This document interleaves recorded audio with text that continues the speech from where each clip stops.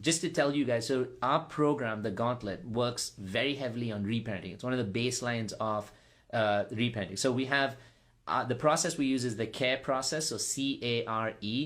C is co-regulation, so it's in a community setting where we work with each other to be able to heal our wounds so that we can witness what a real relationship would be developing and growing into. A is abundance, so we create this feeling for ourselves that we are now worth it. We deserve love. We are like truly valuable and can invite this love and connection into our lives. R is the reparenting, the most important aspect. And E is the empowerment, the understanding, the knowledge that we can do it. We don't need someone else to change our story. We can change it and then attract other people who work really well in our story. That's what's important. We're not meant to be alone. Don't get me wrong. Reparenting is not to say like, oh, I'll do everything on my own and then that's it. I'm just going to sit by myself and not do anything else. It's meant to be able to give yourself that power that I can change my story and I can attract the people who best want to be a part of my story and who can fit in where I'm at. So we do this in an 8-week process that we take people through, and it's a really powerful experience of first discovering your wounds, going through really powerful meditations and being able to like go through all of that, and then healing those wounds by constantly showing up. Pertaining to relationships.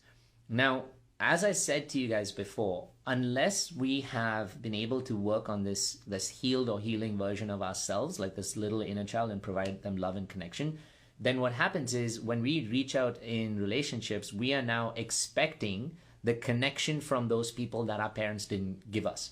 That's a whole lot of weight to be able to put on someone else's shoulder. That's a whole lot of expectation to have from a relationship. And the problem with what happens there is that those situations and those things, they also lead to us creating expectations which really start to make us feel like our partner can't live up to it. And so at this point, what's going to happen is that we'll start to self-sabotage the relationship. That's one of the biggest things that we do in relationships. When we don't feel worthy enough or loved enough, we start to step into a place of self-sabotage. And it's such an unconscious thing. It's really difficult to even be able to talk about it. It's such an unconscious thing where we will actually look at a situation or a relationship, we'll attract it into our life. But we'll attract the same patterns that we were used to. We'll attract the same situations, the same patterns that we were used to, just because that's what makes the ego feel comfortable and makes the ego feel safe. And it's difficult because ultimately it takes away from the love that we can get. It takes away from our potential of love, which is why we step into those patterns over and over again. And we have those questions for ourselves saying like, well, why am I not getting this love that I really want? Why am I not getting a relationship? I'm trying, there's no one out there.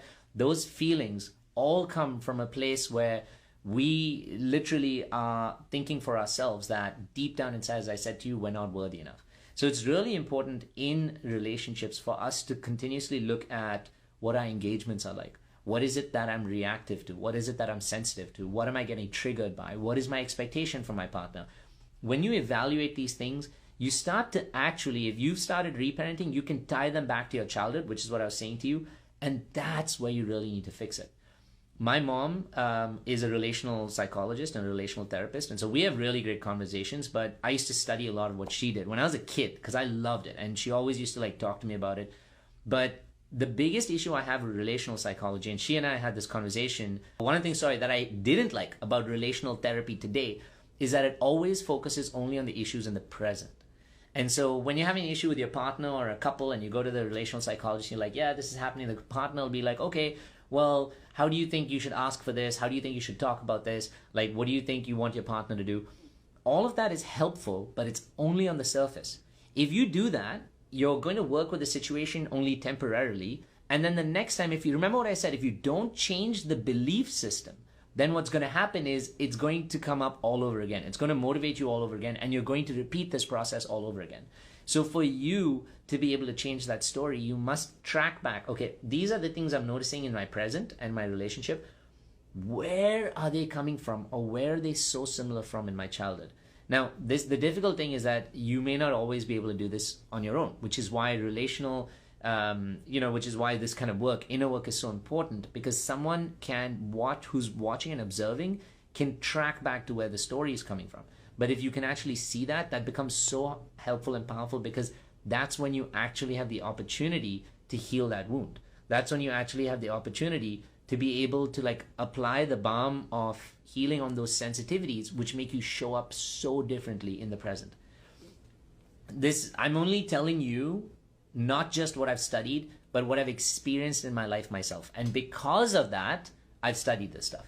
And because of that, I've got so much into it as an opportunity to be able to now provide it for other people. I've seen how I can show up in my relationships different. I've seen how my connections can be different. And so I want to be able to show up. I want other people to be able to recognize that and see that in their own lives and be able to see how they can change their relationship. So this is something that I've not worked only on myself, but with hundreds of people and been able to see and show them so much of change.